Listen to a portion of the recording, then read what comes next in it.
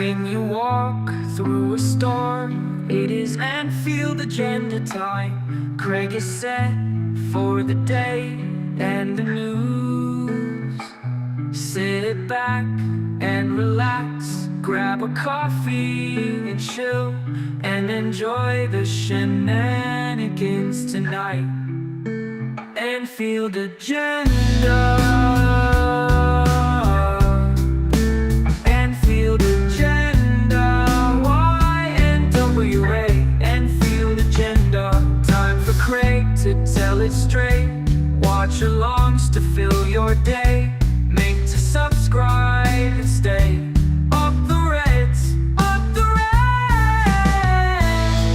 Oh, oh, ooh. Oh, oh, ooh. Oh, oh, ooh. Oh. Anfield Agenda. Anfield Agenda. YNWA. Anfield Agenda.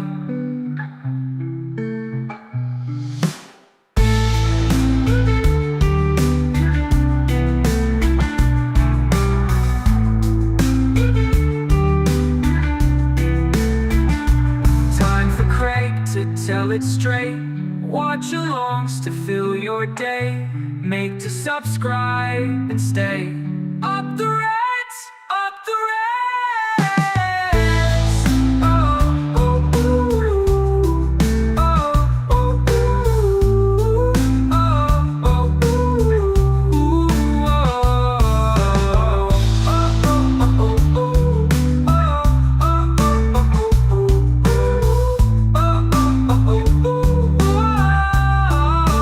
Anfield Agenda. Anfield Agenda. YNWA. Anfield Agenda.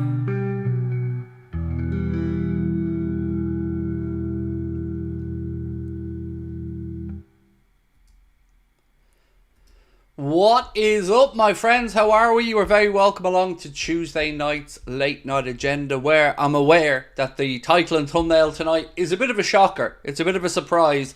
It was to us as well, to be perfectly honest with you.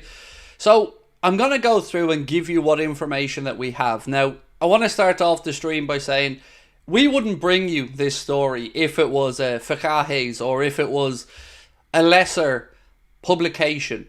But it's Miguel Delaney of the Independent that has broke this story. And I'm going to take you through tonight and give you exactly where we're at with it. What you guys think about it, of course. I'll give you my own take on it, and we'll talk about lots of other bits and pieces. We'll speak about Arne Slot's press conference ahead of the Leipzig game. Of course, we'll talk about some transfer rumours and the latest around contract extensions for the three boys.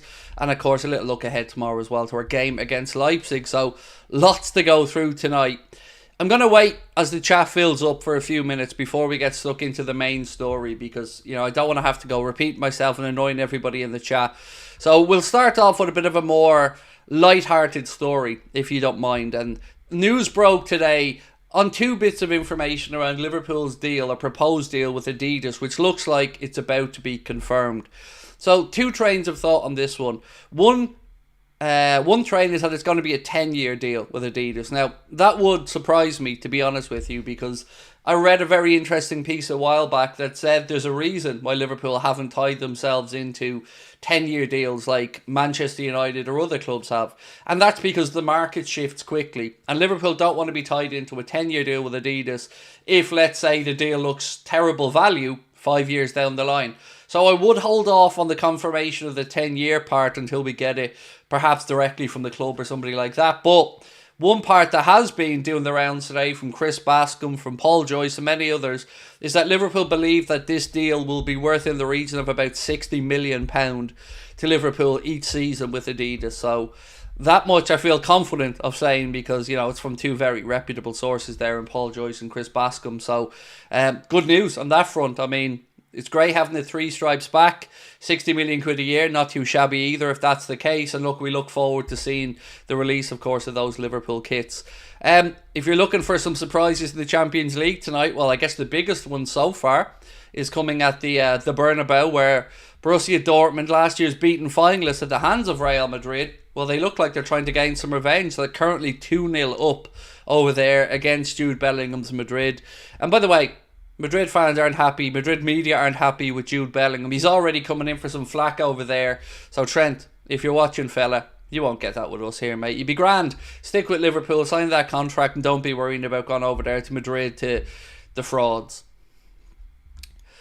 Right, what have we got? So look, again, I'm just waiting for the chat to fill up, and then I'll give you everything I have on the Saudi story, because I know it is a monumental potential story, and we're going to try and unpack it tonight and figure out what we think about it, based off, of course, the few bits that we know.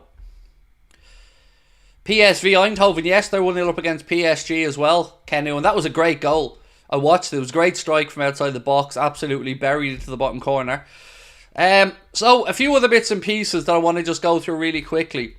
Did you guys see that there was some words from Aaron Ramsey that said Liverpool tried to sign him when Rafael Benitez was manager? He was on Monday Night Football last night, and speaking with the lads on there, he said there were some discussions with Rafael Benitez.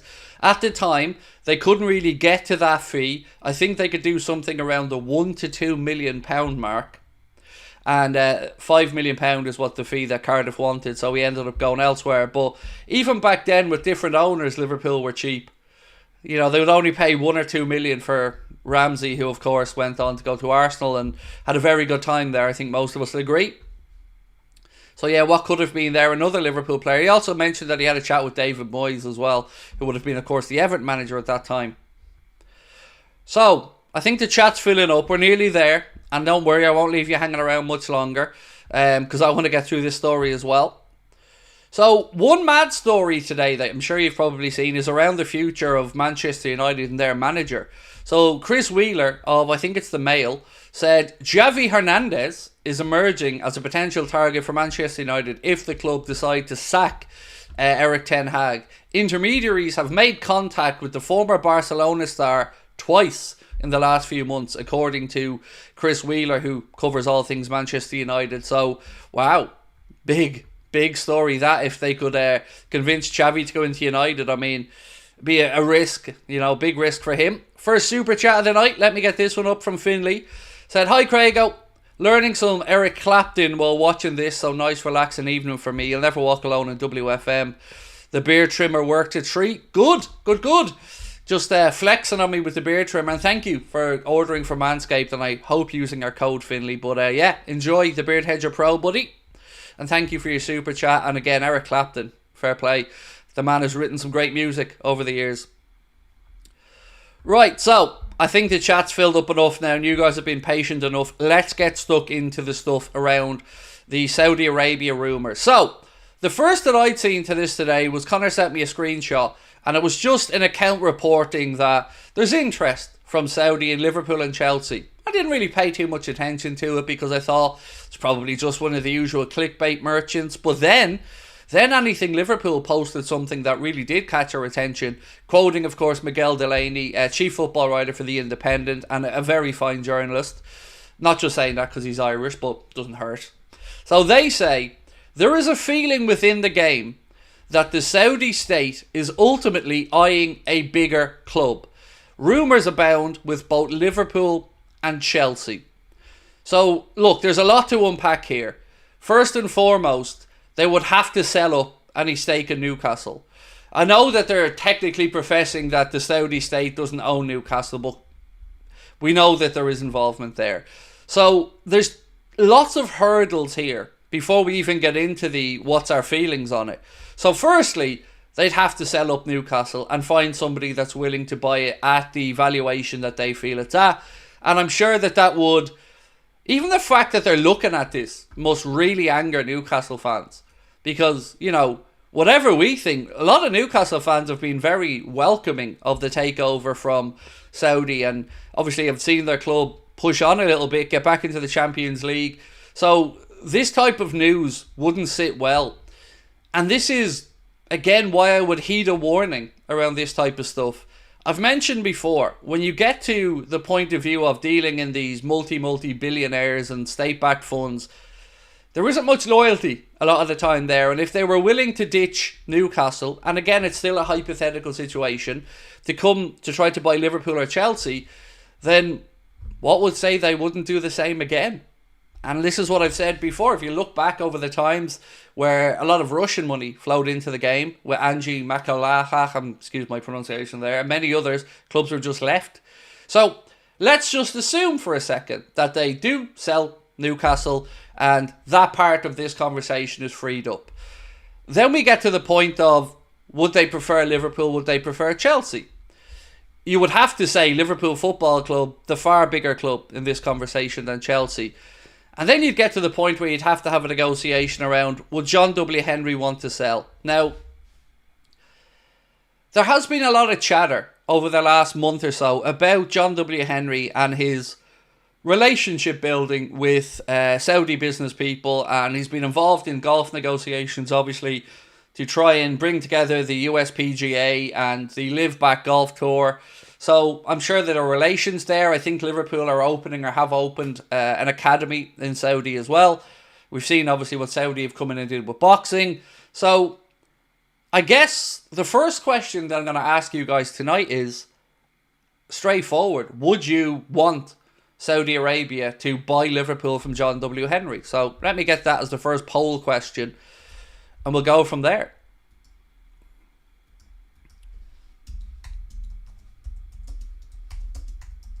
One sec, I'm just writing this out.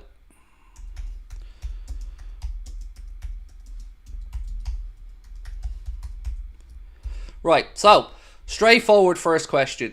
Would you want Saudi to buy Liverpool? Yes or no? We'll leave that poll running, and again, I'm not going to judge anybody on this because I can understand every side of this conversation. You know my feelings on any state ownership in football. It's nothing against Saudi, it's nothing against Abu Dhabi or America or whoever. I just don't like states owning football clubs because I don't believe that there's fairness involved in that. So, for me, look, it's a really tough conversation to have because, on one sense, you look at what Saudi have done in sport and you have to be a little bit impressed by the efforts that they've made to get into sport, to fund sport. On another hand, a lot of people will have moral and ethical dilemmas that they're wrestling with around the idea of all of this. So I feel like we need to have this conversation as adults. We need to have this conversation as a rational conversation. And I find it hard to really give an opinion about these things without a lot more information. So, for instance, at this moment in time, we're talking about a hypothetical.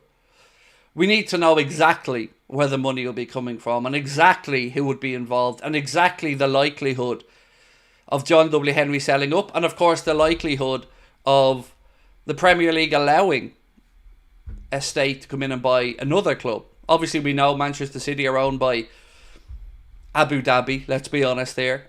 We know Newcastle are pretty much owned by Saudi Arabia-backed entities. So, you know, there's a lot to unpack before we get into this, is it or isn't it going to happen stuff. And then again, we still haven't seen anything to suggest John W. Henry and FSG are willing to sell Liverpool, let alone a valuation. So I have a couple of messages to get through. Let me just get through these, and then of course we'll come back into the chat to see how you're all feeling. So Tobias said, I'm agreeing with you on this matter. No business owner can keep up with a rich country financially.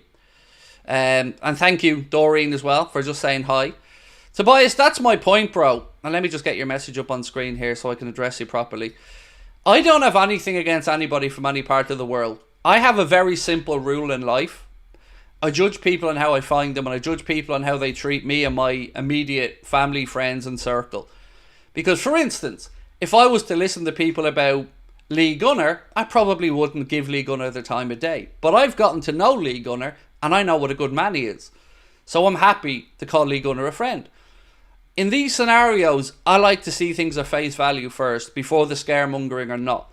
So I'm open-minded on this, but I'm still very against the idea of any state owning a football club, in any way, shape or form.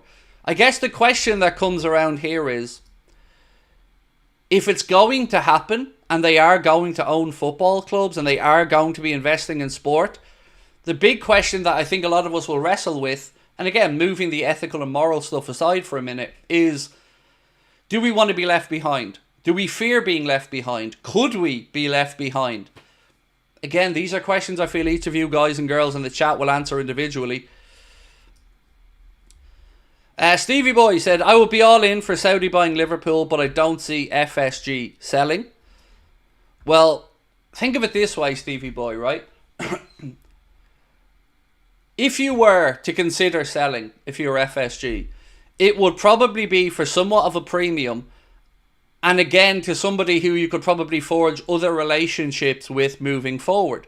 And we spoke at the start of the stream about the relationship with golf that Saudi have built with the PGA, and you know that crossover there between Live Golf and the US Tour.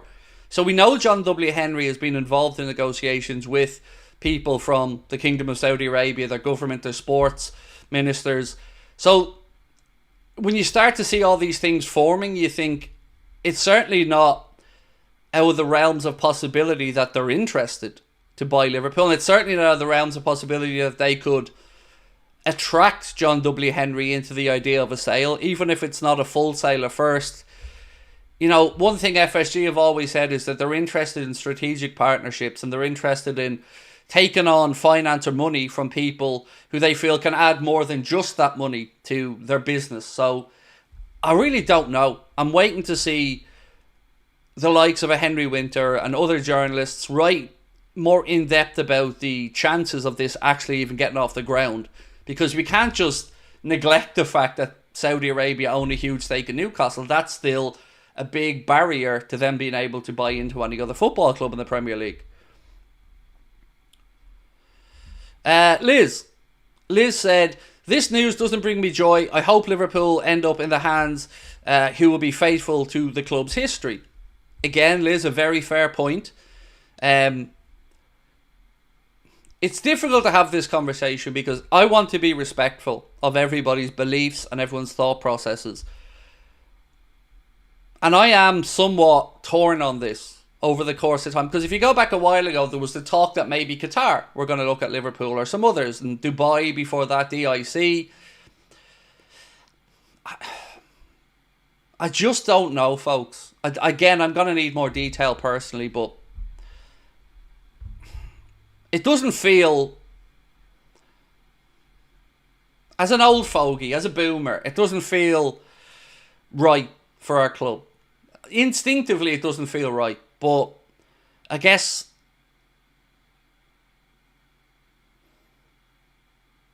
we've got to try and strike a balance, because I have my gripe with FSG on a lot of stuff, mainly around the lack of transfer funds, because I don't believe Liverpool cannot afford to spend money. I believe it's an intentional choice from our owners not to spend money.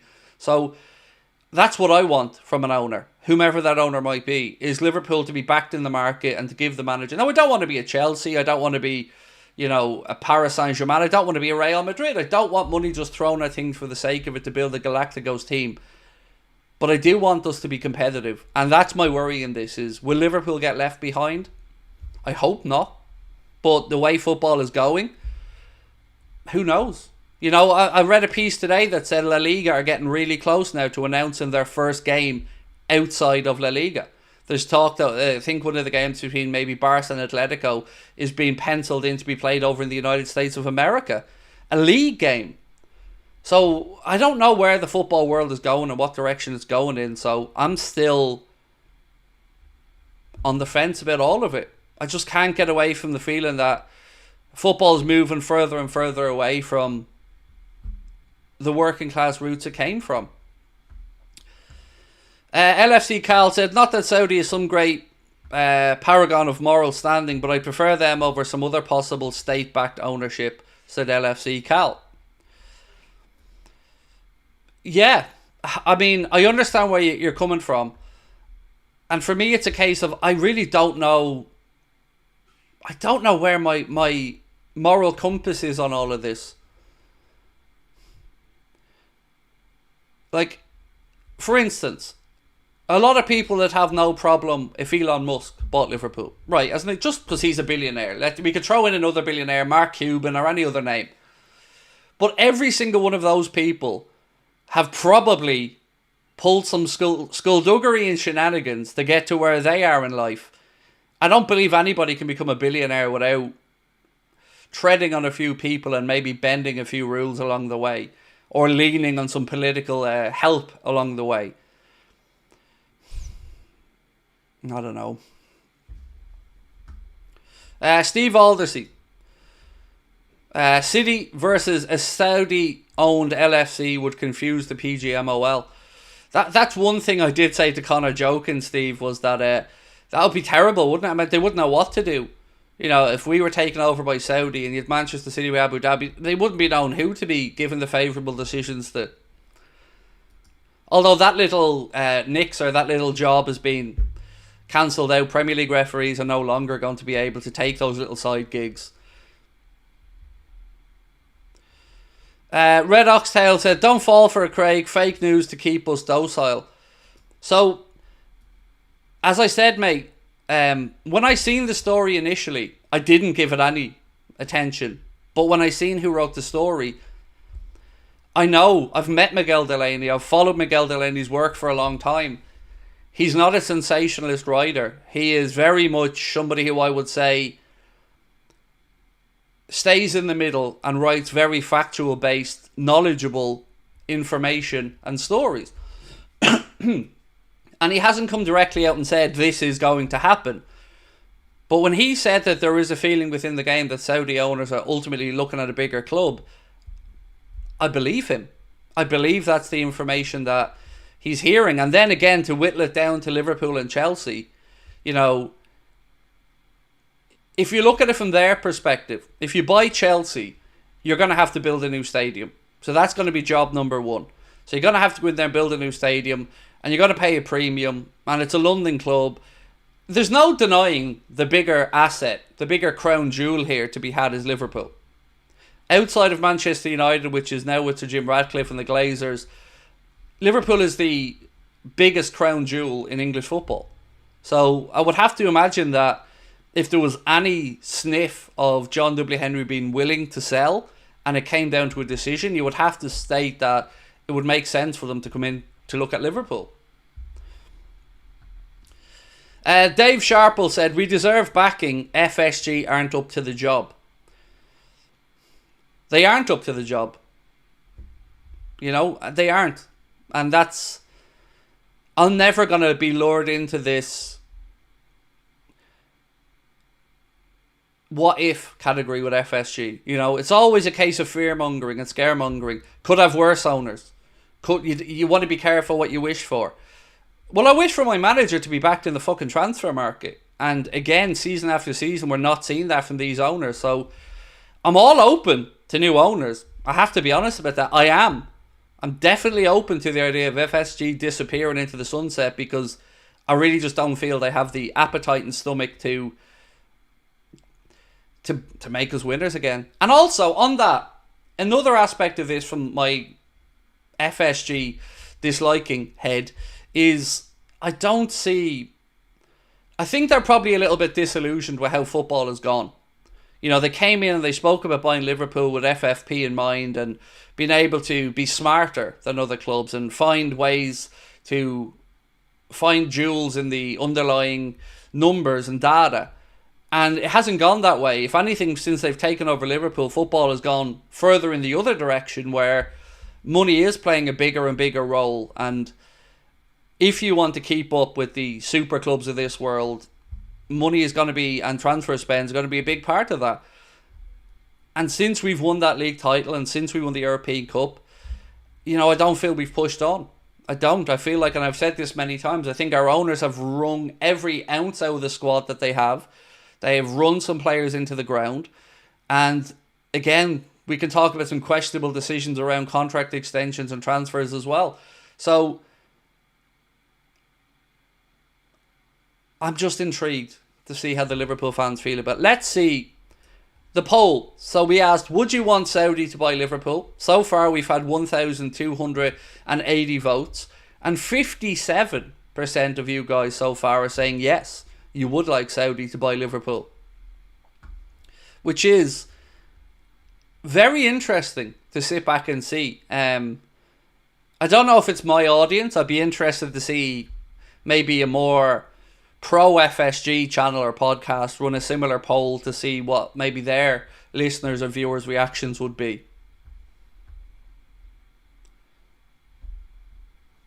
Right, I'm going to go through some of your comments now. Ben said, I don't want to stay buying a team. It never felt right and never will. Don't care about the money. Rather have an investment. So, Marcus, I'm not going to read out your comment. I'm going to acknowledge your comment as a fair comment that comes from a good place. But let me be really honest about one thing. I find it difficult to call out states for some stuff that they've done when, let's be honest, every single country in the world has skeletons in their closets and has made mistakes with regards to wars and invasions and arms and diplomatic relations. So that's why I say I'm trying to take this on its own merit as face value. But again, I'd need a lot more information. But I acknowledge where you're coming from, mate. I do. Chris Tatton Music said, Craig, my thing is Eddie Howe wasn't exactly rolling in transfer funds in the summer, not sure about it. But there's a reason why he wasn't, mate. And that is the PSR calculations and FFP. Newcastle just didn't have the wiggle room to be able to spend money. So if they were to, let's say, go out there and spend 200 mil in the summer, they're going to get points deductions. So it's going to be counterproductive. Liverpool don't have those same FFP calculation headaches. We just have cheap owners. So, Liverpool have the ability to spend a good lot of money on transfer fees without really coming into problems with PSR or FFP. So I would say, again, that would be something I would say was more down to the rules than...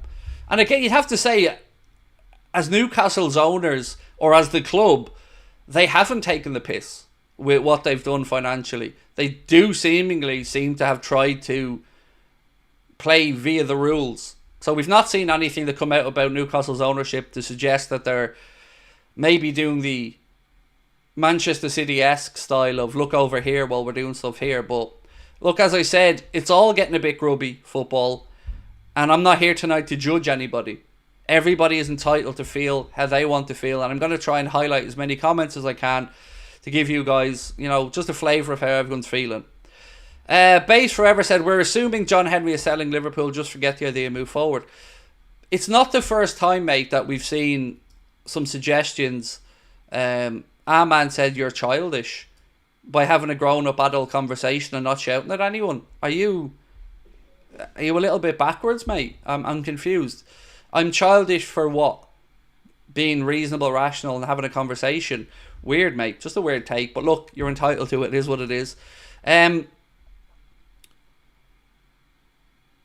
So yeah, I'm on the fence on it. But again, to get back to your comment, mate, about FSG not selling, could well be right.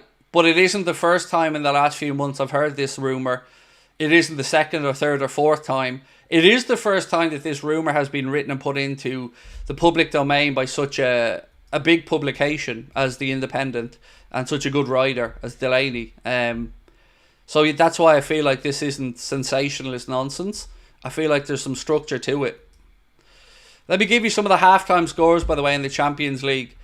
Arsenal 1, Shakhtar 0. I believe that was an own goal in that one. Villa 0, Bologna 0, Juve 0, Stuttgart 0, Sturm Graz 0, Sporting Lisbon 1, Real Madrid 0, Borussia Dortmund 2, Paris Saint-Germain 0, PSV Eindhoven 1, and Girona 1, I think it's Slovan Bratislava 0.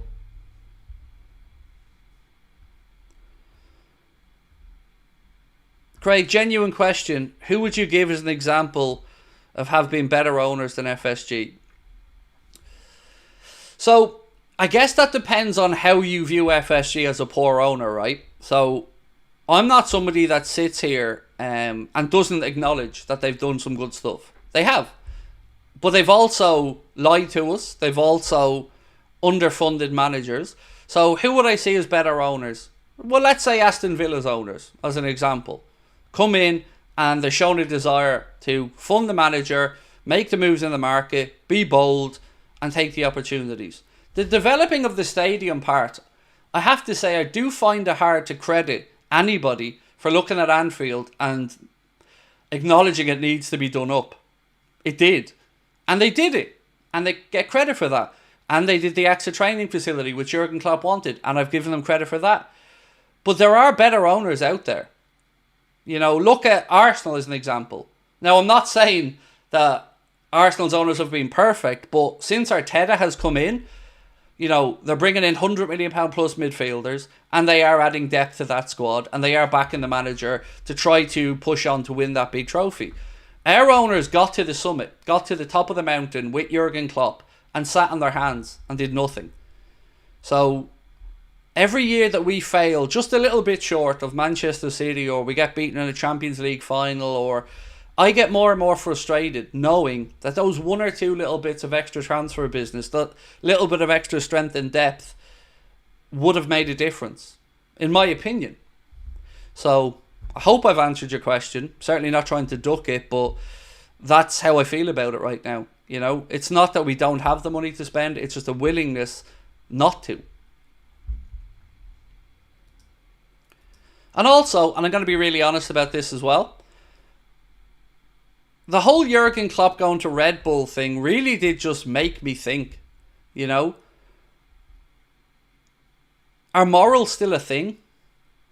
You know, I would never, like I've sat here on many streams over the years and said, can't see Jurgen Klopp at Real Madrid, can't see Jurgen Klopp at Barcelona. They don't seem like Jurgen Klopp type teams. Because of my belief that Jurgen was, or is, a man of the people, and that he came through a football clubs that were historic with a certain type of fan and was kind of anti-establishment. Even look at his quotes about 100 million transfers and stuff when he came in. And then I see that he goes and joins Red Bull as their football director or whatever his job title is. And whilst it doesn't really annoy me too much from a Liverpool perspective, because we don't have this inbuilt dislike of Red Bull because of the 50+1 rules in Germany, I still have to say it did make me feel like another hero of mine has been unable to live up to those ethics and morals when it came to a decision. And it hurts a little bit. It stings a little bit. And it just makes me question my own view on the world.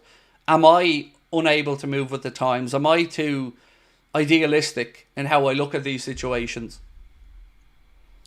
So Harry said, the transition from Klopp to Slot is like Pretty Boy Fly to Money Mayweather.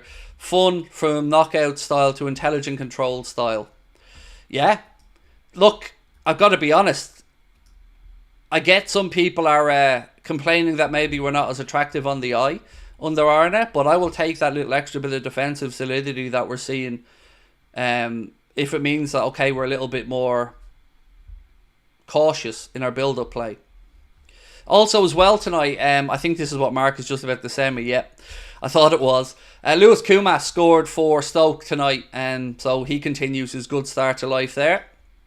Now, I have so much stuff to go through here, so I'm going to move on to speak about Mikel Arteta, who was given an update on Odegaard and Saka. Obviously, we've got a massive game coming up the weekend against Arsenal, and this is what he had to say. Odegaard and Saka, are closer and both progressing really well. Martin is still not fit with Bukayo, let's see how he feels today and in the training session that we have later on. So it looks like Saka could be touch and go. We know that William Saliba is out with the suspension from the red card. That was confirmed today that they're not appealing that. We know Odegaard is out.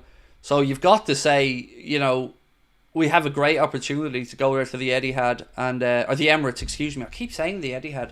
The Emirates, and get a result. On top of that, Anthony Taylor is going to be the ref for the game. I wondered, by the way, why we'd never seen Jared Gillett referee a Liverpool game, and I found out why earlier on today.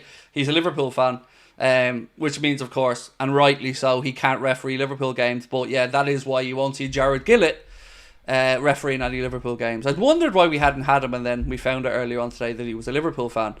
But Anthony Taylor being the referee for this game doesn't sit well with me. I'm getting that in early. It doesn't.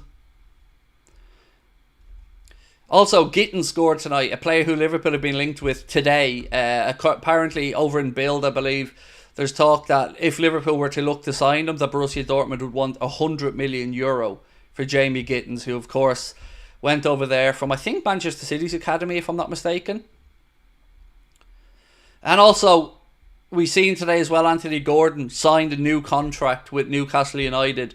And again, I'm sure Newcastle fans are happy at that, but I'd like to see some confirmation if there's a buyout clause in that contract, or if there's clauses in it for certain clubs coming and knocking. But they did announce today that that was agreed and signed, that Anthony Gordon has a new deal with Newcastle United.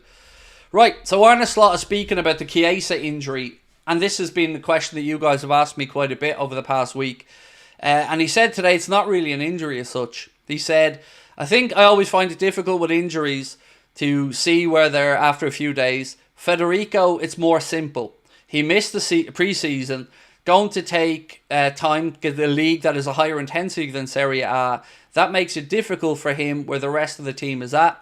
It has to do with him missing the entire pre-season, so it's difficult to build up players. Big disappointment with him to be in and out, so we feel sorry for him, but he signed a long-term contract. So it doesn't look like this is an injury per se for Chiesa, more a case of, like we said before, his body reacting to the rigours and the step up in intensity from having no pre-season, from coming from Serie A into the Premier League, which is more high intensity. Makes sense. It's kind of what I was expecting, to be honest with you. Didn't get any confirmation on Diogo Jota yet. Well, actually, do you know what? I think we did get a little bit of information. Let me read it out to you. He said Conor Bradley and Harvey Elliott and Federico Chiesa didn't make the trip. They have a few issues. We all seen Diogo get a knock, brought down, the other player fell on top of him. He could carry on. It's difficult to judge at this moment. Then he went on to say, ribs, somewhere over here, bruised, I think, so we'll have to see how long it is going to take. So if it is bruised, that's a good sign. And yesterday, as per a physio scout, I think it's 1 to 2 weeks if it's bruised ribs for Diogo. Wow, Madrid have turned that round quick. 2-2. It's Desmond in the Madrid-Dortmund game. So Madrid have obviously... oh, hang on, people are saying it might be offside. People are saying it might be offside, but it's 2-1 anyway. Rudiger with a goal there. Oh, goal given. So there you go, 2-2. Vinicius Jr. with the equaliser there for Real Madrid. Right, some more stuff. Bellingham, as I mentioned at the start of the stream. This piece from Marca, so a very Madrid-leaning paper, have said Jude Bellingham is frustrated with his form for Real Madrid. The English midfielder feels like he's being pushed aside and overshadowed by Kylian Mbappe. His statistics are also annoying him as he still hasn't scored this season. You watching, Trent? Bellingham went over there, had a great start. Madrid fans were all like, oh, we love you, give him everything. Now he goes through a tiny little sticky patch at the start of the campaign and it's all like, you're shit, you're not good enough. Abuse in the papers. They're ruthless. We've said this before. Those Madrid fans are absolutely ruthless, as are the Spanish media around Madrid players if they're not delivering what they deem to be good enough performances. So, sticky patch here for Bellingham. Let's see how he responds to it on the pitch. Lynn said, Slot said bruised ribs, so should be 1 to 2 weeks. Hopefully, mate, yeah. You know, that was the reporting yesterday. If it was a fracture, 4 to 6 weeks. If it was bruised ribs, as you've rightly said, 1 to 2 weeks.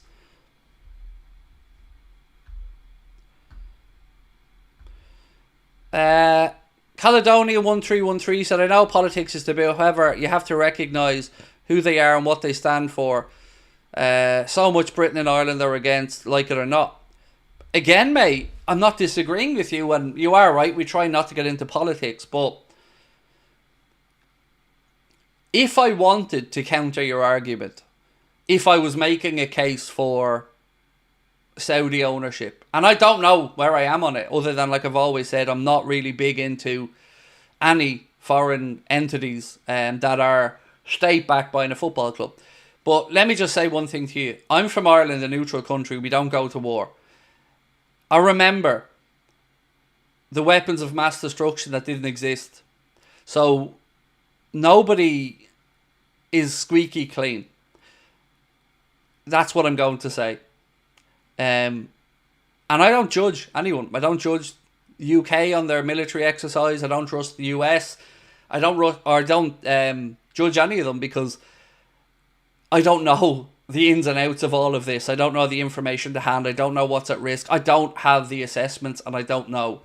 But yeah, there are things that we in the West would like to see that part of the world move on with. LGBTQ rights as an example like that. But I think we also have to say that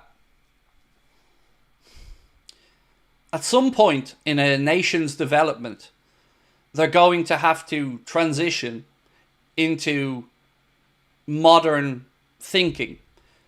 So, as an example, Ireland, when I grew up in the 80s, was a very, very, very different place to Ireland now, where criminality was still there around homosexuality. And it was a very Catholic-led, predominantly religious country. It isn't anymore. Neither of those things apply over my 30 or 40 years on this earth. So that's what I'm saying here is I know and I understand everybody's feelings on this, but we're not in this for the political ramifications of it because they're way above our heads. We're looking at this from the point of view of how could this maybe work for our football club, or is it simply against everything that we believe in as football fans? And I think they are very individual questions.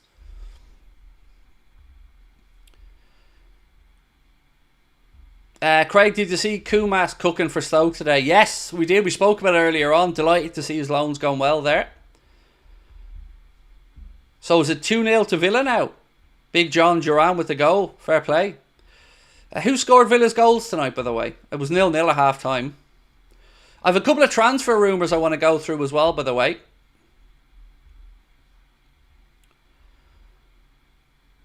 Henderson Galbraith said, it's against everything I believe sports should be. And I understand and appreciate that, mate. There's a lot of stuff in modern sport that would be against my beliefs as well. And for instance, I'm going to make a bit of a bold prediction. I get the feeling that over the next 3 to 5 years, you're going to see a re-evaluation of season tickets. I think we could end up in a situation where clubs are moving away from the model of season tickets because it's far more profitable to sell games individually at a higher markup to people who want to go there on a once off or twice off a year basis. I'm not saying that's right because I very much believe season ticket holders should stay. I very much believe every club should have that group of hardcore regular fans there. But I feel like from listening to journalists and reading a lot of pieces that these are conversations that are going to come up in the mid to near future. Ryan O'Driscoll, how are you, bro? Said, this is one of those heart versus head situations. Heart says, yes, we'd love to see Liverpool succeed as a backer manager. Head for me says their human rights records. Exactly. And look, as I said to you, I'm not here to tell you how to feel about it. So tonight is just about a case of reporting the story and taking people's temperature on what they think of this potential massive story. And that's all I'm going to do for tonight on it because, you know, I need a lot more information before I'd be willing to stake my colours to the mast either way. I can only repeat what I've said previously. I'm not a fan of state ownership of any football clubs or any sporting outlets.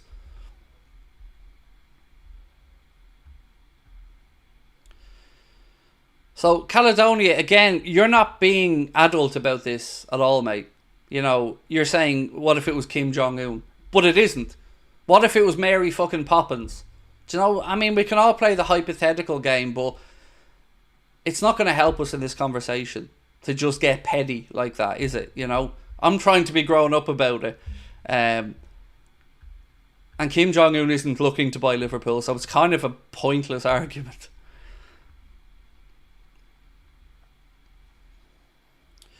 So Philip Jones said, no state ownership. I'd hate Liverpool to be used as a propaganda tool for any kind of theocracy.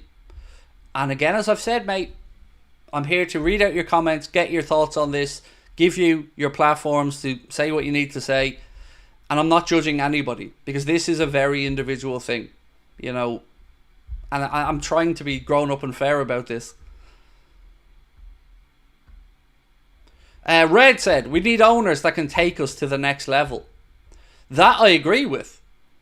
So let me say this. If we got a press release from John W. Henry tomorrow that said FSG have reevaluated the transfer market, and FSG feel that to move with modern times, we're going to have to look to be more competitive in the market, and we have an appetite to succeed, and we want to back our manager with the very best talents in the world, I would feel a lot better about life. And I would feel a lot better about their stewardship of the football club. But between that and the Super League, and I know I keep banging on about the Super League, but I cannot tell you how much that disgusted me. You know, that there was no regard for tradition, history, fan opinion, coach's opinion, player opinion. We were all just told this is happening, get on board with it. No consultation. That's unforgivable to me. It just is unforgivable.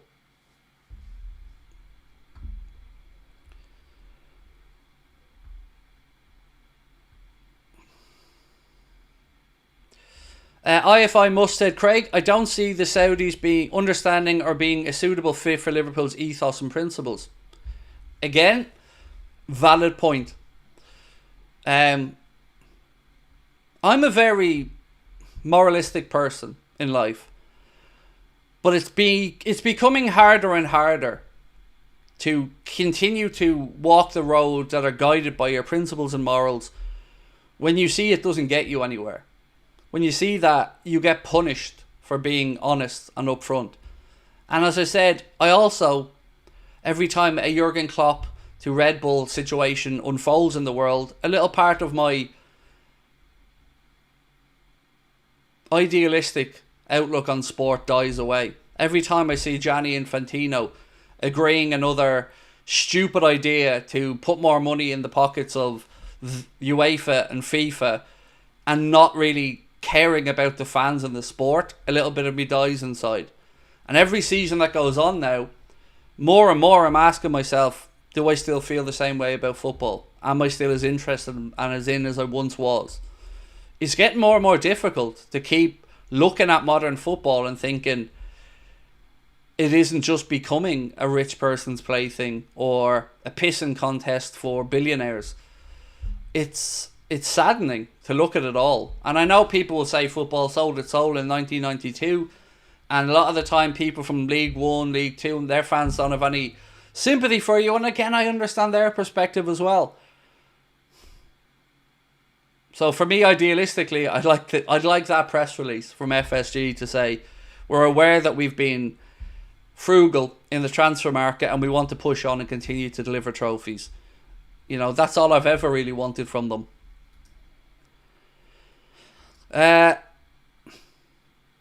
Matthew from Canada said, just joined, is the title real? Yes. I'll take you through it now, mate. So if anybody's coming in with us a little bit late, I'll take you through where this came from. So today a story broke from Miguel Delaney of the Independent. So a very reputable journalist and a very reputable publication. And the story summarised reads like this. There is a feeling within the game that Saudi state is ultimately eyeing to buy a bigger club, and rumours abound about both Liverpool and Chelsea as two potential clubs that they're looking to buy. Now, of course, there's a load of barriers, namely Newcastle, between that and where we are now, so that has to be sorted out. And then there's the is John even interested in selling conversation, which, to be honest, at this point, I don't know the answer to that. I have no idea. And thank you for being with us, by the way, as well, Matthew, for 8 months. Really appreciate your support, bro. It won't be Chelsea. The owner spent billions. So have a look into Clearlake Capital and look at some of where their money does come from. And if I'm not mistaken, I believe that there is a relationship there with the PIF, I think, the Public Investment Fund of Saudi Arabia. I think that they've already put money into other Clear Lake capital projects.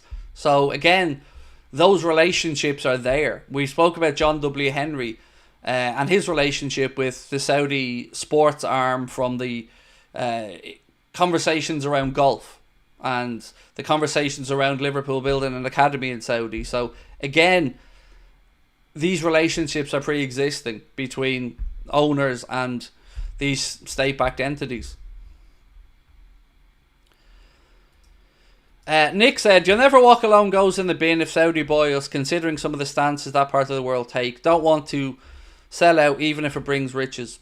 And again, Nick, mate, I totally understand where you're coming from. So remember what I've said about a little bit of my love falling away and feeling a little bit disenfranchised.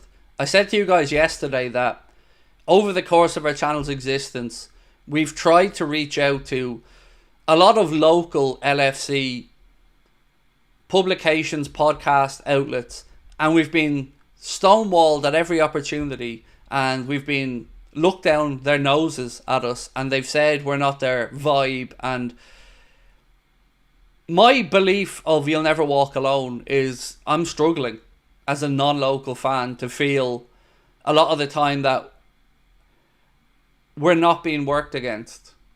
We're not being classed as second-class citizens. So I think You'll Never Walk Alone at times means more to us overseas fans from the way we reach out and interact with each other. And our door's been open to everybody since we've started this channel. Anyone that's reached out to us, we've acknowledged, we've tried to work with. But it gets pretty fucking tiring to constantly have others looking down their nose at you like they think they're better than you, or they don't want to touch you because you dare challenge the owners of the football club on stuff where, you know, they know that if they did that, their access would be denied.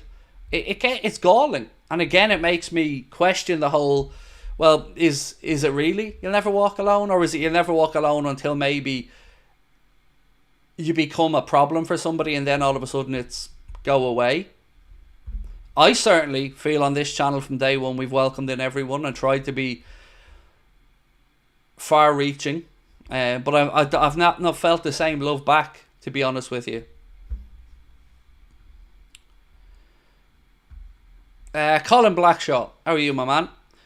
And thank you, Colin, for being with us for 11 months, mate, as a member. Really appreciate. Oh, I want to say a happy birthday, by the way. LFC USA, Brian, as we better know him. Brian's birthday is today. I won't tell you how old he is now, but yeah, Brian's celebrating his birthday today over in Boston. So Brian, if you're watching this back later on or anything, sir, happy birthday from all of us. And tomorrow it's Mr. Conor Crosby's birthday. So obviously we're going to be doing the watch along tomorrow and we'll talk about Conor's birthday then. But happy birthday to Mr. Crosby as well, who's turning 47 tomorrow. I mean, he doesn't look it, but, you know, only one of us can really look young. No, he's not 47, of course, but it is his birthday tomorrow. So happy birthday to both gents. And Colin said, "Love your shows, bro. The best on YouTube." Thank you. I often wonder, mate, you know, if we actually got the commercial opportunities that other did, if we would be a million channel at some point. But, you know, as I've said from day one, people are constantly working to undermine us and blacklist us. So our numbers are going to keep growing because of people like yourself, mate, to come in and join our community and see what we're actually about. Rachel, thank you for gifting a membership, Rachel. Very kind. Let's guess, Brian's age, 55. Incorrect. I'm not going to tell you his age, but it's not 55.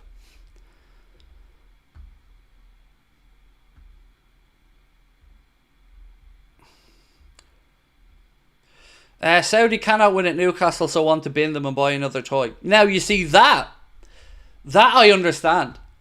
I understand your point, I mean. And that certainly is how it feels. Like I said at the start of the stream today, if I was a Newcastle fan reading this stuff, I'd be absolutely furious at it. At the idea that they are already looking around to think, well, maybe we can't do what we wanted to do with Newcastle because of PSR or FFP. And maybe rather than do that over 10 or 15 years, they'd have to try and buy another club. And that kind of plays into the warning that I gave before about billionaires and state-backed funds from anywhere getting tired, bored, fed up, or not getting the acclaim quick enough that they want. So is the loyalty really there? Everybody will say all the right things to get what they want. You know, everybody will tell you that they're going to stick to the morals of the club and understand this and to win people over, and they're going to do this and improve this and spend that. But it's how you see these things day to day, how they live and breathe the project. And yeah, as I said, I get where you're coming from. If I'm a Newcastle fan, I'm furious at this situation.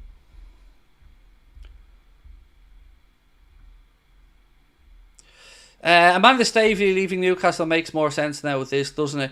I think she's trying to put together a consortium to buy into Spurs, if I'm not mistaken. I'm sure I'd seen something about that over the last few months. Yeah, there, Alex said Amanda Stavely looking at Spurs. And Amanda Stavely, if you go back all the way to the DIC, Dubai Investment Capital, when they were looking at Liverpool, Amanda Stavely was fronting that as well. So what do we think on... I'm going to end this poll because I think we've got a big enough sample size now. We've got over 2,250 votes. So we asked, would you want Saudi to buy Liverpool? I'll leave it to get to 2,500. So if you haven't voted, please do. But so far, 58% of the people who have voted said that they would want Saudi to buy Liverpool. 48% or 42% saying no. A crazy story that we mentioned at the start of the stream tonight is not Liverpool related, but Premier League related. Chris Wheeler said that Xavi Hernandez, yes, that Xavi, the former Barcelona midfield maestro, is emerging as a potential target for Manchester United if they decide to sack manager Erik ten Hag. Intermediaries have made contact with the former Barcelona star twice in recent times. Again, if you're Ten Hag and you're seeing this, you cannot feel that you're really getting the support of the ownership, because in the summer they were talking to other managers and Neville tried to underplay it on Sky Sports saying, well, Liverpool spoke to loads of other managers, Liverpool tried to do this, blah blah blah. Ultimately, look, we all know he's treading water. He's a dead man walking, for want of a better phrase, and I don't mean that in a literal sense. So yeah, I wouldn't touch the job if I was Xavi Hernandez, by the way. Wouldn't touch the job at United. And on that, did you see Joshua Zirkzee is already regretting his decision, according to reports, to join Manchester United as well. And he's looking for a way back to Italy, according to reports. The other day, we brought you a story that there was some interest from Juventus on a loan move there. But there you go. He's already regretting the move to United by the looks of it. So, Bild in Germany have said Liverpool have been told by Borussia Dortmund they will have to pay €100 million to sign Jamie Gittins as they look for long-term replacements for Mohamed Salah. Joanne, it's your birthday today. Joanne, happy birthday, my friend. Many happy returns. Wow, it really is. October really is birthday time, isn't it? Joanne's birthday today, Brian's birthday today, Connor's birthday tomorrow. Thank you so much for your membership and your continued support of the channel, Joanne, and happy birthday to you, my friend. Morganski said, I saw City linked to Xavi Alonso. Could happen, but if Madrid come in, no chance. If I'm, again, there's a big caveat to any of these conversations. There's a lot of people taking for granted that Manchester City aren't going to be in a whole world of trouble. So, I don't know if you're Alonso how you could have any conversations with Manchester City about potentially becoming their manager when you don't know if they're going to be in the Premier League, Championship, League 1, League 2, non-league football, out of the Champions League. I think you have to have these conversations and be honest about them. And I don't feel enough of the media is talking about this. I feel like they're still kind of burying their heads in the sand on the whole City stuff. Wow. Did Madrid really just turn that round? Vasquez made it 3-2 to Real Madrid. What a comeback. 2-0 down at half-time against Dortmund to turn it round to be 3-2 up.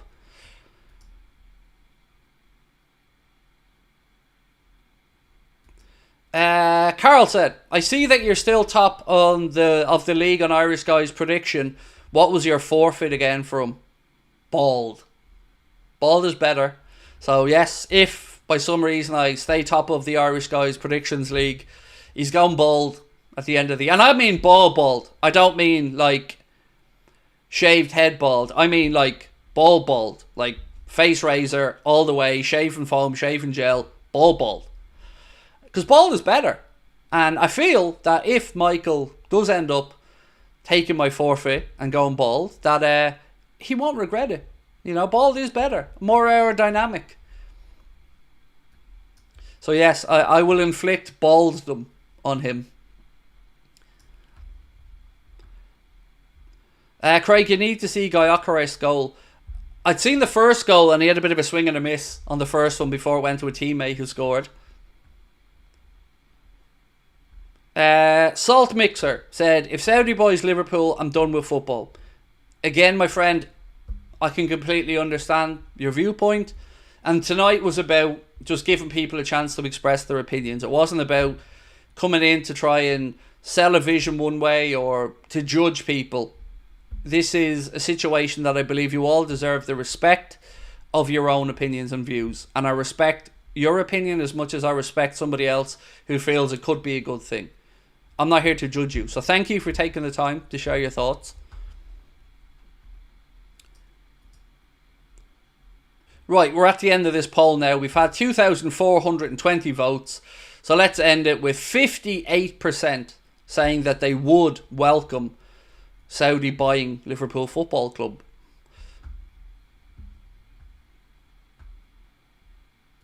So let's pose another question. 1 second.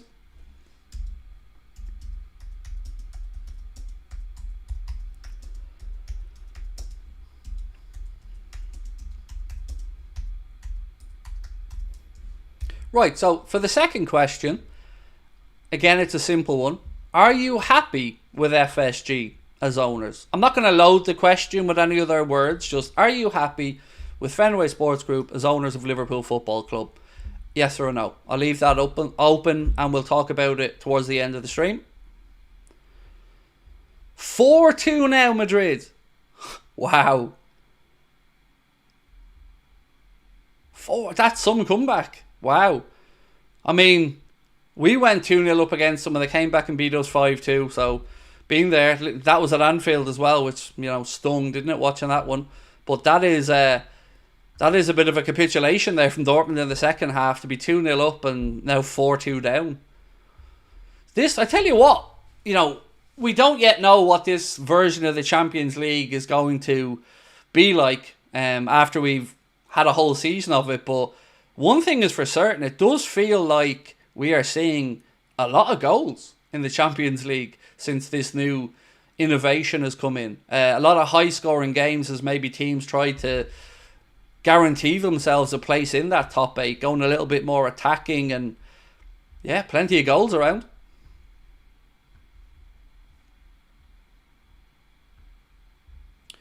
Nick Kingdom said, if we need to compete with City, then so be it. If you can't beat them, join them. Joanne said, happy birthday to everybody in the chat who's celebrating their birthday. Lovely gesture, Joanne. Do you think Calafiori will start at the weekend having come off injured? I mean, I guess the only positive sign from that for Arsenal would be that you've got Wednesday, Thursday, Friday, Saturday for him to recover. So if it is a niggling knock, perhaps. Now, obviously I haven't seen the situation and I don't know anything about a potential injury or what it might involve. So let me just say this. I never wish an injury on a player, but I'm also not going to sit here and be a liar and say that if Arsenal do have injuries, I'm not going to be optimistic about it. Of course I am. No Odegaard, no Saliba, maybe no Saka. I mean, I'm not going to sit here and say that is not a good thing for us. Of course it is. But we still have to go there and get a result.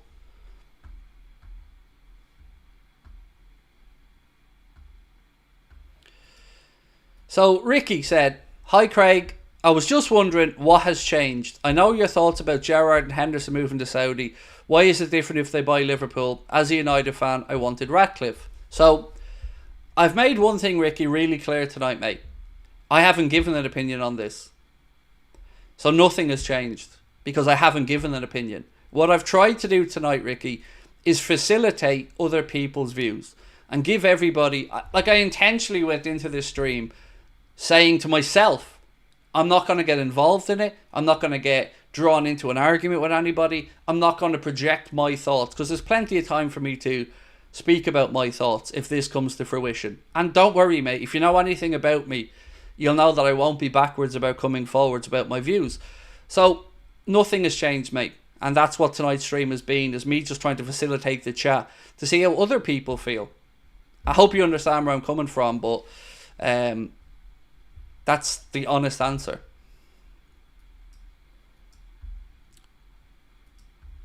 And I had a similar stream a while back as well, Ricky, when we were looking at Qatar potentially looking at Liverpool before. Similar conversations in a similar stream, and I did a similar thing. I said, I don't know how I'm going to feel about this overall because I don't know the details. Obviously, I have expressed my disappointment in the past about Gerrard and Henderson and others moving over to Saudi. That's there, that's clear, and I'm not walking back on it. But as I said tonight, mate, I'm just here to facilitate the chat, not to enforce my views on anybody else. I'll do that down the line, don't worry.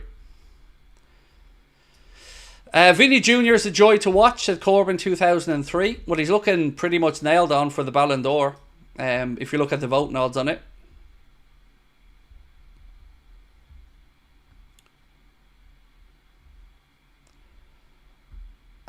What else we got?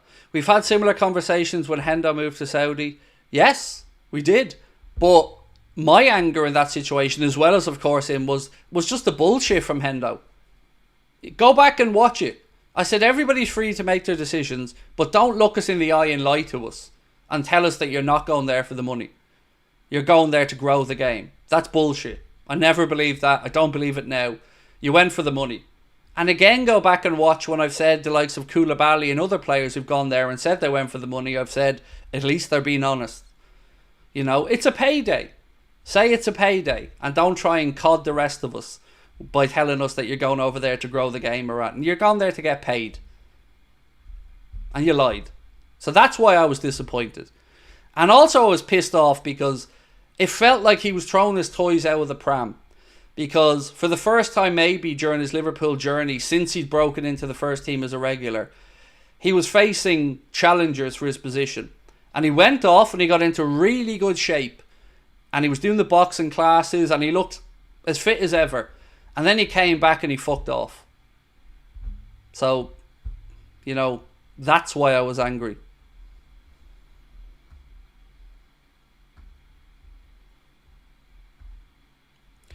Ash said, mate, I don't know if the owners will change or not, but we need to change the mentality of the management. We have money, we need to use it and stop making joke about ourselves by not extending contracts. Ash, mate, I'm with you. I've said it all the way along as well, mate. We do have the ability to spend money, and it's a willingness not to spend it that riles me up. And as you've said about the contract situation, how we're here is a joke. It's a piss take. And on the contracts, actually, there was a bit that came out today from Team Talk that said Trent Alexander-Arnold's priority is to extend his contract at Liverpool. His father, Michael Arnold, is a lifelong Liverpool fan and is leading the negotiations. Liverpool are calm and confident that Trent will renew. On top of that as well, Fabrizio Romano said that again Trent is fully focused on Liverpool.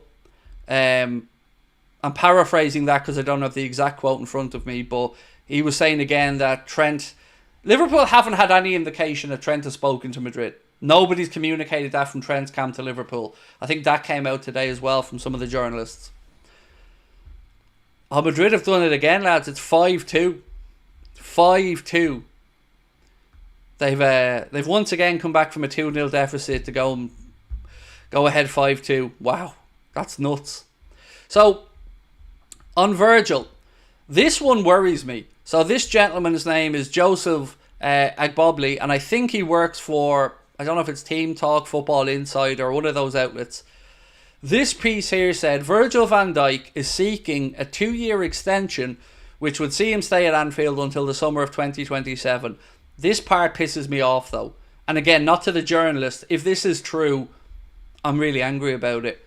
It says, however, Liverpool are more likely to propose a 1-year extension with the possibility of a further 1 year. For me, I feel like this is kicking the can down the road. And I also would go as far as to say that Virgil deserves better than a 1-year contract extension offer. There are no indications or signs that he's getting worse, slowing down, that age is catching up with him. If anything, he's better than he was last year. Statistically, he's looking top notch. So, yeah, for me, if Liverpool are only offering him a 1-year deal, that is bullshit. And again, I have to say if, because we don't know. This is a report. But if it is the case that they're only offering him 1 year, what are you at? Honestly, what are you lads at the club? Like, it feels like they're intentionally making this deal more difficult than other clubs would do. Give Virgil a 2-year deal immediately. Don't even debate on it. 2-year deal. Thank you very much, Virgil. We look forward to seeing you for the next 2 years at Liverpool. He's deserving of it. His form is deserving of it. I don't understand this one. I don't.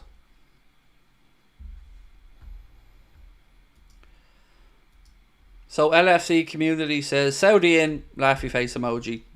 I mean, okie doke. Thank you for your super chat, mate, but I'm not sure if that's if you're pro that or you're laughing at the idea of it, but either way, thank you. Stevie boy, thank you, mate, for being a member for 5 months with us. Said, hearing VVD ask for 2 years on the same money. If that's the case, right, I'm going to be really blunt with you, Stevie boy.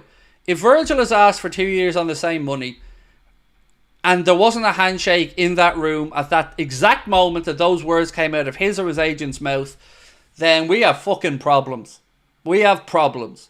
Because I tell you what, Virgil, if that was the case, said, I want the same money for another 2 years. That contract should have been being printed off before he left that room. That's shocking. Absolutely shocking.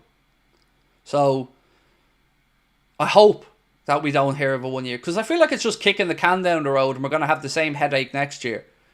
The same distraction next year. The same lack of commitment from the club to our captain next year. It just doesn't sit well with me and it doesn't look good for a player that is looking as good as Virgil is. It's tin pot.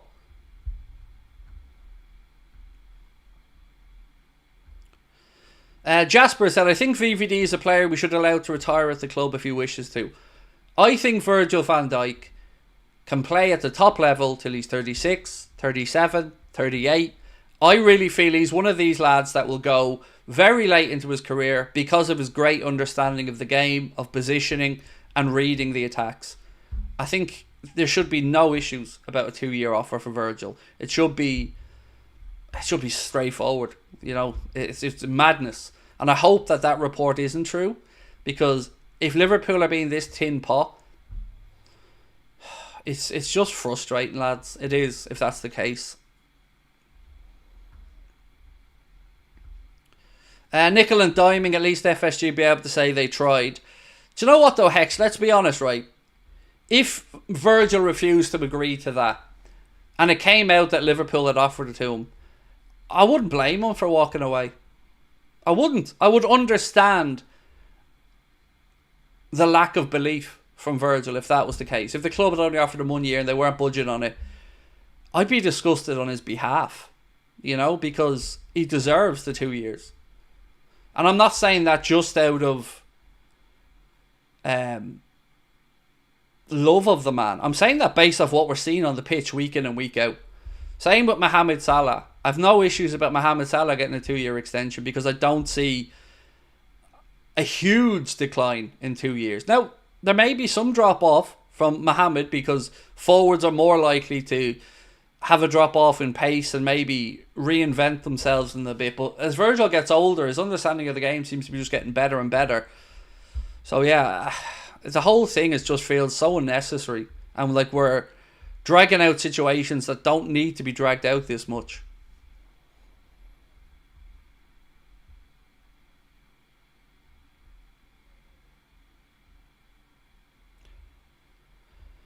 IFI Must said, Craig, Hughes needs to give his head a wobble if there's an ounce of truth to this report. Look, I'm going to speak to David on Thursday, and we'll ask David if he's heard anything along these lines that Virgil has been offered a 1-year deal, because I just don't see the sense of it, because we're going to have the same conversation next year, and half of next season is going to be taken up again with contract questions and uncertainty, and it just doesn't look well. Even if you're looking to go into the transfer market and bring in a player like a Zubamendi or somebody else, being able to say to them, Virgil's here for the next 2 years, Mohamed Salah's here for the next 2 years, Trent's signing on for another 4 or 5 years. That's talking about stability at the club. And that's one thing that we've been good at in modern times, is retaining our top players. So I don't understand why we're making such hard work of this.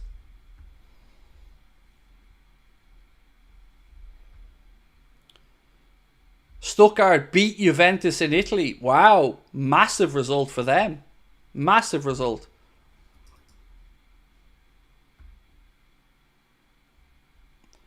So, Fabrizio Romano, this is the exact quote from him, and thank you, Mark, for sending this on to me. Said, as of today, Liverpool deny, in all capitals, to have any communication from Trent Alexander-Arnold that he's not going to renew his contract. Trent remains in contact and is talking to Liverpool. A transfer in January to Madrid is really complicated. Of course it is. It's just not going to happen.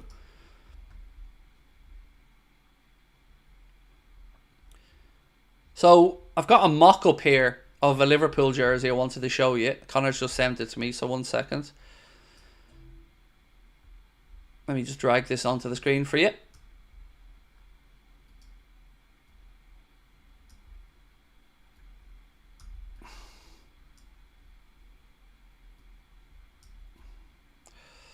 There you go. There's a mock-up of what next season's Liverpool kit could look like if it takes inspiration, as is predicted, from the 2007 shirt. There's been a few variations of this floating around, but if it's something like that, initial thoughts on it? I don't really... I'm not overly gone on that one, to be honest. I preferred the look of the other ones that have been doing the rounds. That is very much just like a 2007 shirt rip-off to me. And I would prefer slightly different. Some of the other variations of it have looked better to me. But either way, just seeing the 3 stripes there makes me feel better. And also, I think that one would look better with the older Liverpool crest on it. Or excuse me, the older ADIDAS logo, the trefoil one. But either way, just seeing the 3 stripes and Liverpool back together again makes me feel very happy.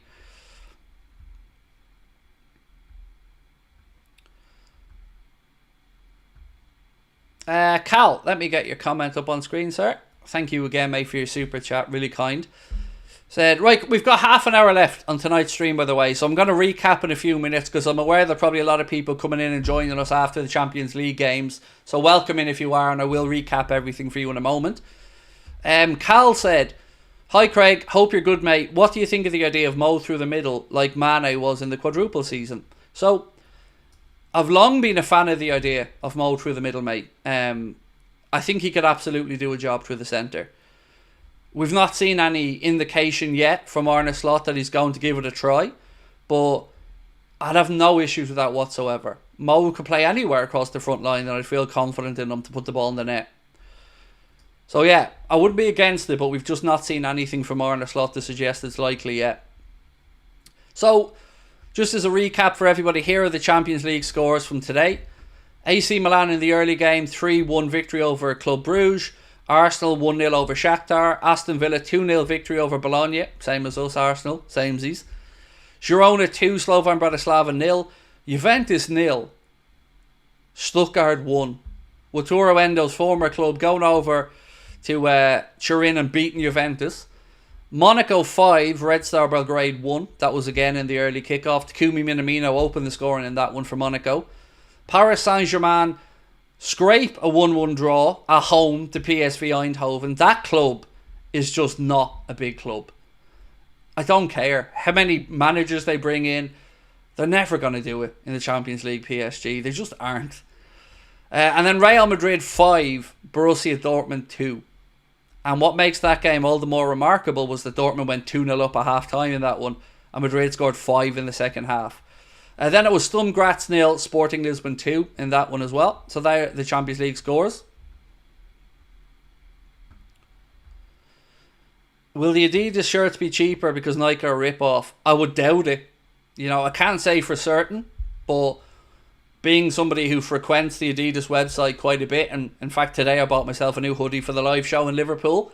So, if you want to see what the new hoodie looks like, I mean, I'm trying to sell the show here. Don't forget that we are only 4 weeks out now from our live show in Liverpool. Get your tickets, link with the top of the chat or in the description. To see what new Adidas hoodie Craig's going to be wearing at the live show, come along. So, on the ownership poll, we're almost at 1,000 votes, so still time for people to vote on this one. And we asked, are you happy with FSG as owners? Simple yes or no question. I'm not going to read out the result yet, but it's pretty damning in one direction. But you still have time to vote on it. We're leaving that up until the end of the stream. What's your opinions? Oh, sorry, I need to take this poll. I'm still chatting away there. Forgot that was up in the background. Sorry. What's your opinions on badminton? It's good. It's a fun game to play. Yeah, it's a fun game to play. So, Carl Porter's slow-mo header is class. It's brilliant, Morton. It's brilliant. I don't know if he did it at the last show because I was behind stage when he was on stage, so I didn't really get to see what Carl was doing. But he's really funny and he's a lovely guy as well. Will you have a London show anytime soon? I don't know. You know, I used to say no, but I just don't know what the future holds show-wise.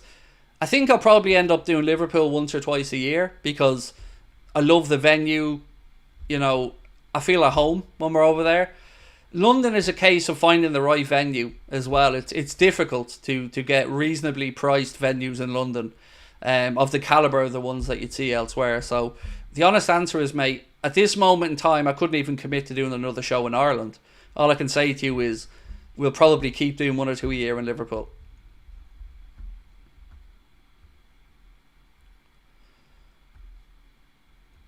What are your other favourite sports besides football? Boxing, darts, tennis, probably it. Boxing would be the one. When I'm not watching football, I'm usually watching boxing or reading about boxing or listening about boxing.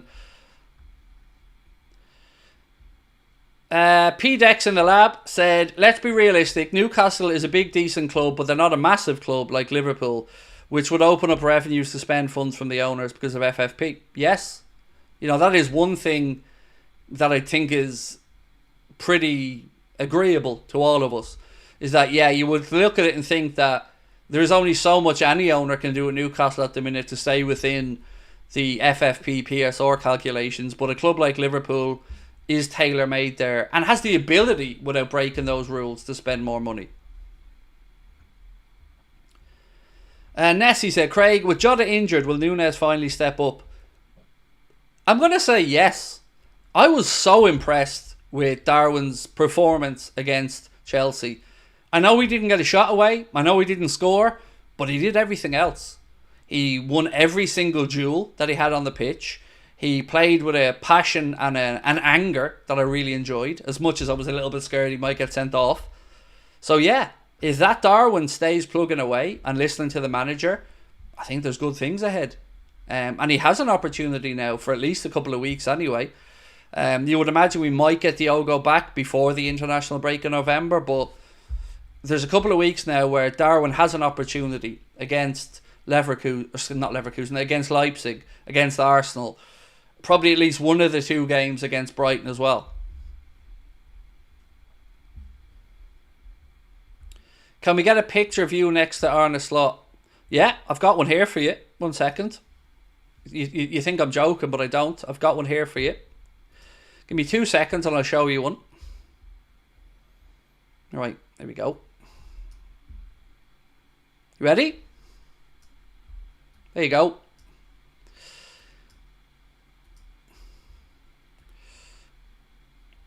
Craig and Arne, side by side. Obviously it's his body, because mine would be a bit chunkier than that one. But there you go. I think the fella on the right's more handsome, personally.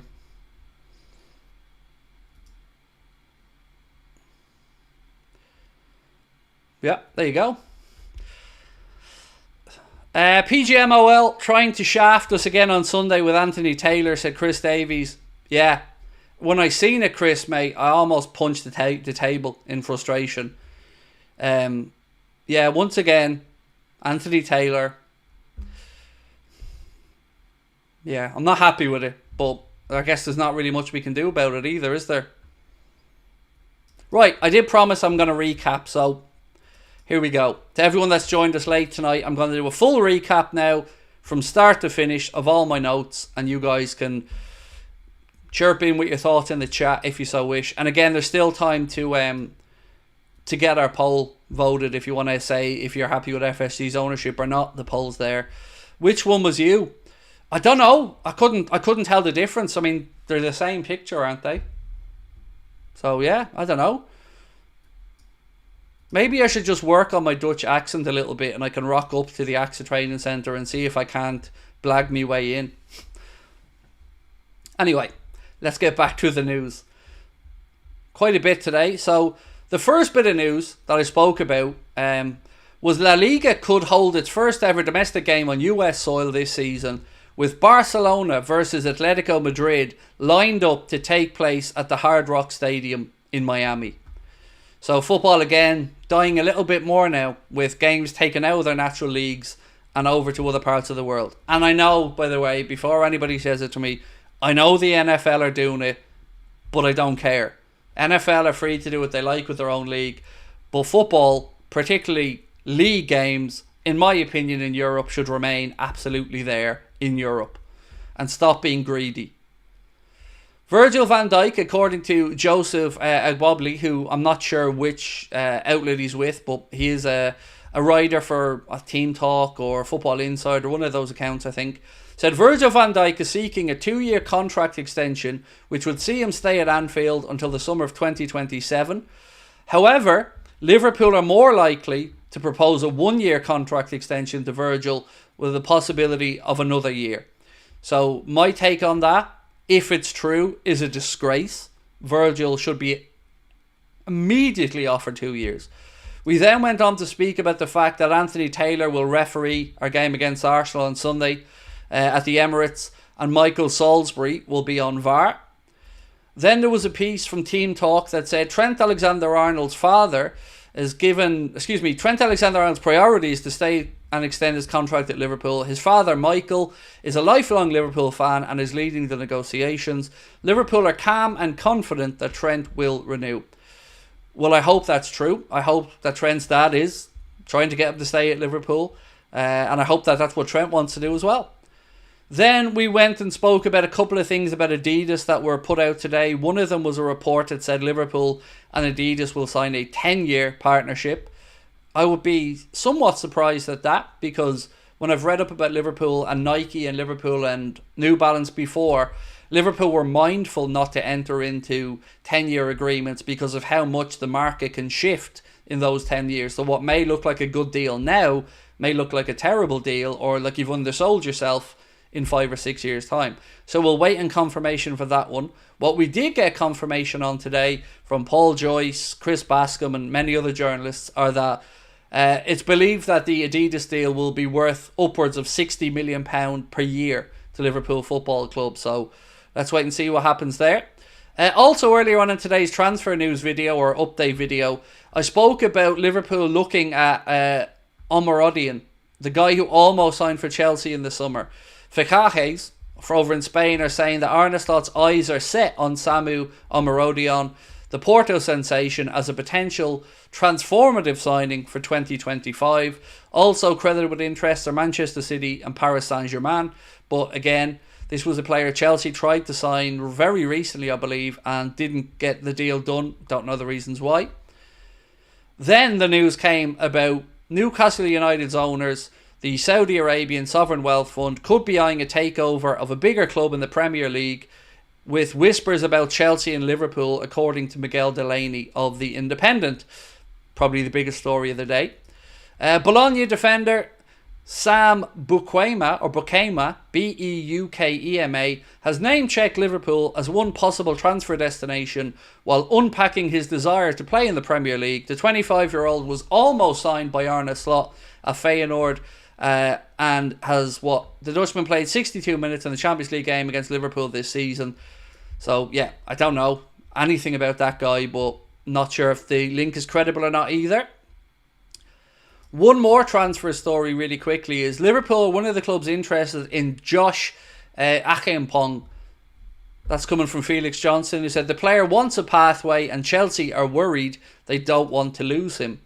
Seems like Chelsea's idea of buying up all these great young players and bringing them into their academies is great until it's pathway time, until they have to find a way into the first team, and then a lot of them look like they're struggling to find that pathway. We also got confirmation of the official travelling squad for Liverpool's game against Leipzig. Liverpool travelling squad is confirmed as being Joe Gomez, Wataru Endo, Virgil van Dijk, Ibu Konate, Lucho Diaz, Dominic Szoboszlai, Darwin Núñez, Alexis McAllister, Mo Salah, Curtis Jones, Cody Gakpo, Kostas Tsimikas, Andy Robertson, Ryan Gravenberch, Miroslav Jaros, Quiveen Kelleher, Trent Alexander-Arnold, Jarell Quansah, Tyler Morton, Davies and Leone. So there you go. That's Liverpool's travelling squad. So what you will notice in that is that there is no Diogo Jota. There's no Alisson Becker, of course. There's no Conor Bradley. Still absentees for Liverpool. So that's the confirmed travelling squad. Then there was the mad story about United touching base with Xavi Hernandez over potentially taking over if they sack Erik ten Hag. Then Bild said that Liverpool are keeping tabs on Jamie Gittins of Dortmund, but Dortmund would demand €100 million if Liverpool wanted to come in and try to sign him as a replacement for Mohamed Salah. Then we gave you some coverage from Mikel Arteta about some injury concerns Arsenal have ahead of the game. He said Martin Odegaard and Saka are closer, both progressing really well. Martin is still not fit. With Bukayo, let's see how he feels today and in the training session that we have later on. We also got confirmation that they aren't appealing the Saliba red card, so that's going to stand at a 1-game ban. So he'll be out of the game. And that's pretty much it. That's pretty much the update where we're at with all the stories. So, where are we at with the poll? Right, we've had 1,300 votes, there or thereabouts, in our poll, where we asked, are you guys happy with FSG as owners of Liverpool Football Club? And 71% of you guys with pretty much 1,300 votes have said, no, you aren't happy. And that kind of tallies with other polls we've run over the course of the last few months on the channel. Some of them have been a lot higher, about 78%, but in and around 7 out of every 10 of our audience or our viewers seemingly are displeased with our owners. Any new updates on Omar Marmoush? Funny you say that, Owen. There have been a couple today, yes. I'm not sure how strongly Liverpool are looking at him, but his name is coming up over and over again as being the next big thing to come out of Egyptian football and to make the pathway through to the Premier League. And look, he's a player we should be looking at. You know, he started off the season again brilliantly for Frankfurt this year. I'm sure Mo will be able to tell Liverpool all about him, you know, playing with him for the national side. So yeah, look, I hope that we're keeping tabs on him because he's very impressive. So yeah, there is talk of it, but again, I've not seen any confirmation because we don't know what the future holds for our forward line at the minute around Mohamed Salah in particular. Thabo said, good evening, Craig. Love from Copenhagen, Denmark. Thank you, my friend, for being with us, and love right back to you. Score prediction for the Leipzig game. I went 2-2 in my prediction. Might seem somewhat pessimistic, but I am expecting a few changes. So, you know, with the changes, maybe we start a bit slowly. I've gone 2-2, but we should be looking to win it. Leipzig haven't got any points so far in the season's Champions League, but they are doing really well in the Bundesliga, particularly at home. So, you know, we can go there and win, but 2-2 was my prediction.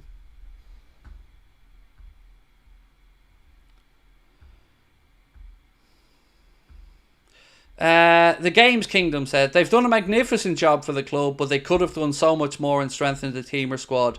That's what most fans are unhappy about. That's where I am.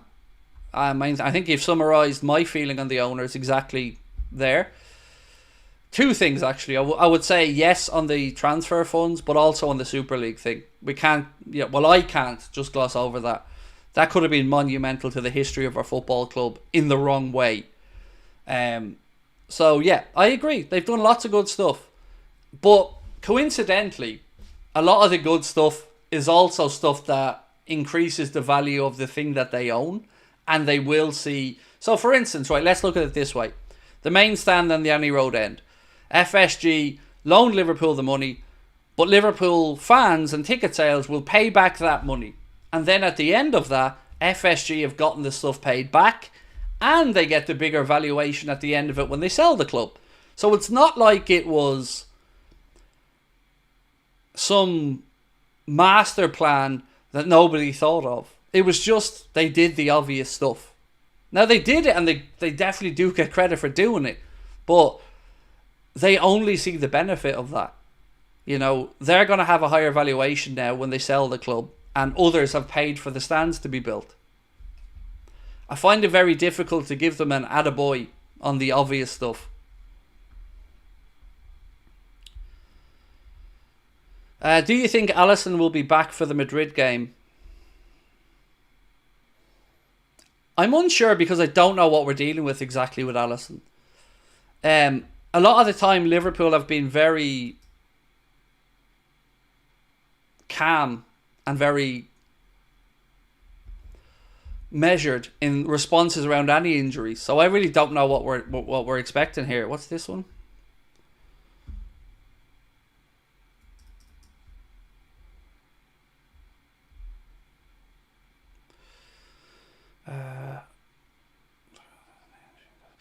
So Calafiori, and thank you Lauren for sending this on to Mark, looks like he's out of the Liverpool game with a knee injury, according to Arteta in his post-match press conference.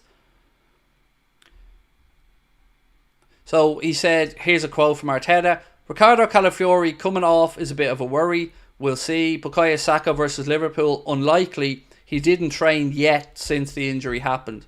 So they could be without Calafiori, Saka, Odegaard, Saliba. I mean, if the ref doesn't fuck us, then we should go there feeling like there's points to be had.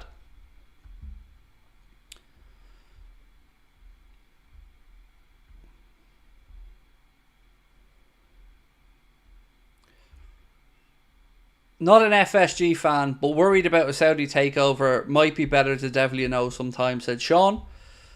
Again, as I said tonight, mate, I understand every side of this coin. I'm going to be consistent in saying that I don't like any state-backed fund from any country, be it Saudi, Ireland, America. I don't care. I don't want them owning football clubs. I don't want them involved in sport. Because my view has always been this. If you've got an unlimited pot of money from any country in the world, no private individuals can go up against them in business in a pissing contest. And that's what this will become. So I don't want any state involvement in football clubs, but I'm not anti any country. I'm anti just the idea in general. Now, that's my belief, but I guess the big question here is, if it came to it, how would I feel about it? If it came that they were buying Liverpool, how would I feel about it? And at that point, I'm honestly still on the fence, because some parts of me think no, against everything the club stands for. And then another part of me fears, is there something to this? Better, if you can't beat them, join them idea? Because I'm an idealistic person.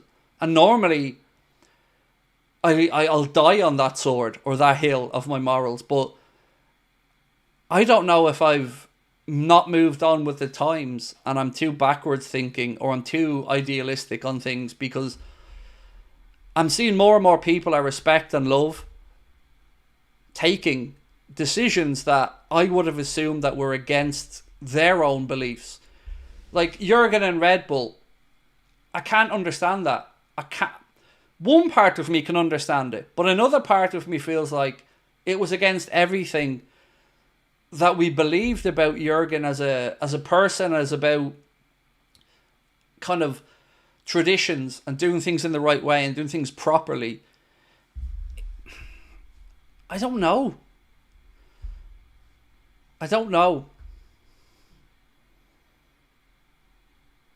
I feel like I'd probably come down on the side of no. I think when it all came down to it, I'd have to talk myself into feeling okay about it. And as I've always said, if you're trying to convince yourself of something, you probably already know the answer to that deep down. You don't need to convince yourself to do the right thing. So, yeah, I'm going to say if they were to buy the club, I would be worried.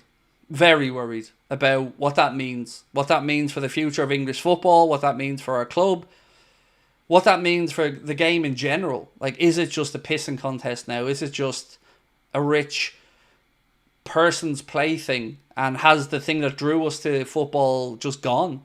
You know, it isn't a working class sport anymore. Look at the price of tickets to go and watch games. Yeah.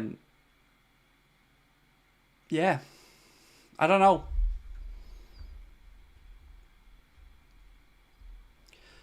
Craig, if Liverpool joined the Super League again, would you walk away from football?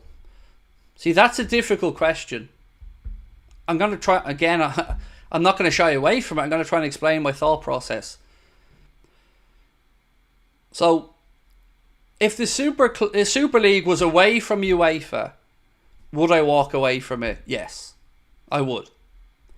Because it would be against everything that I grew up believing in and caring about in football. But then again, you look at the Super League Light, which is what we have with the Champions League now.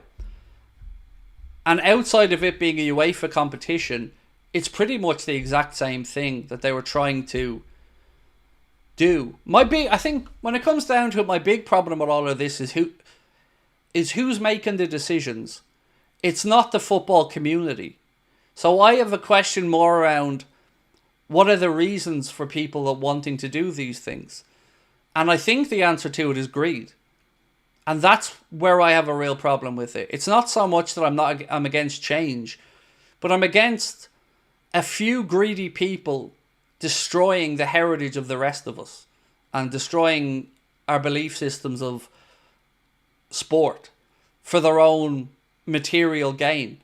I would much rather see these type of things put to the football public and each club season ticket holders or members or voting to have their say. So it's a proper democratic process about the future of the football club. That's how I feel about it. I just don't like the fact that there's a few high-powered individuals sitting in a room figuring out ways to extract more money from the game at the expense of its heritage and beliefs and traditions. That's my big issue with it.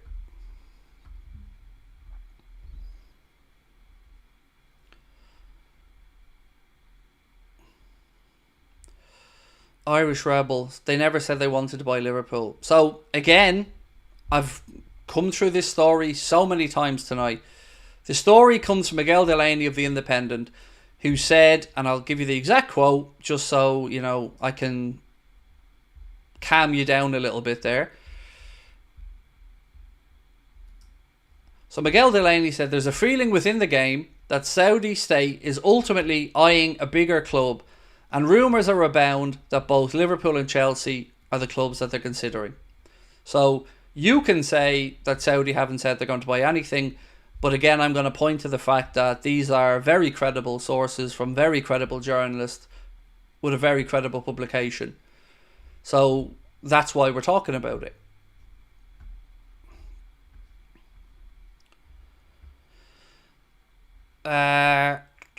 Craig, who would you want as potential owners who are actually passionate about football and the club? So somebody like a Steve Ballmer, you know, somebody who you can see I want somebody to buy Liverpool and be obsessed by Liverpool. I want somebody be that a man or a woman or an investment fund or whatever. I want Liverpool bought by somebody who wants to live and breathe the club, who, yes, wants to do the right things financially and, yes, needs to make the correct business decisions, but will really leave no stone unturned on a quest to turn Liverpool Football Club back into the dominant force in English football and in Europe. That's what I want for an owner. And I'm open to who that might be and in what way, shape or form they come in, but that's kind of what I want. Not an owner that's over in America, pops over once or twice a year, has loads of other interests that are keeping their time, already owns their own local club, Boston Red Sox, that is close to their heart. I just feel like Liverpool are just a financial opportunity for FSG and nothing more. And it just doesn't sit right because I don't believe they give a shit.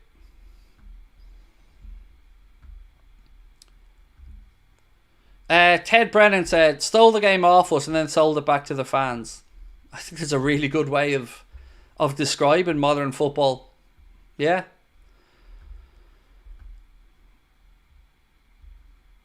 Craig, have you seen White done his hamstring? Saka won't be playing and Calafiori may have done his MCL or ACL. So, look, it's definitely looking like Liverpool are catching Arsenal at a good time, and I hope, obviously, we don't pick up any injuries tomorrow against Leipzig, but I'm still concerned about the referees. I gotta be honest, every time we play a team that are at the top of the league in recent history, it feels like we get shafted. And there hasn't been many games where I haven't felt that we have been. Like, Spurs away, you don't need me to tell you there. Arsenal, Man City, 2 top of the table clashes last season, and we were robbed in both of them by, at best, I'm trying to choose my words carefully, at best, poor refereeing decisions. At worst, well, I don't even want to think about that. Opinions on Klopp joining Leipzig. Well, he didn't join Leipzig, Jimmy. He joined Red Bull, the whole brand of clubs. And he's going to oversee the coaching structure, I think. I think it is a slap in the face to what he has professed to be about. It doesn't impact me as much as it would do Mainz or Dortmund fans, because, of course, in England, we don't have the 50+1 rule. You know, we don't. We have Manchester City and Chelsea, who we feel have circumvented the rules to some extent, or at least have questions to answer about the way they've gone about things. So I tried to compare it to those. And I know how annoyed I am at City and Chelsea and the way that they've operated. So I can sympathise greatly with the Dortmund fans and the Mainz fans at the way Red Bull was bought in, I think, a 4th or 5th tiered club and brought up through the divisions with money. So to see the reaction to Jurgen going to the very thing that he professed to always be against, again, it makes you feel like, do people really mean what they say? Do they say these things and then somebody waves a big enough check under their nose and opinions change, morals change? It's sad. It's sad to look on and see that.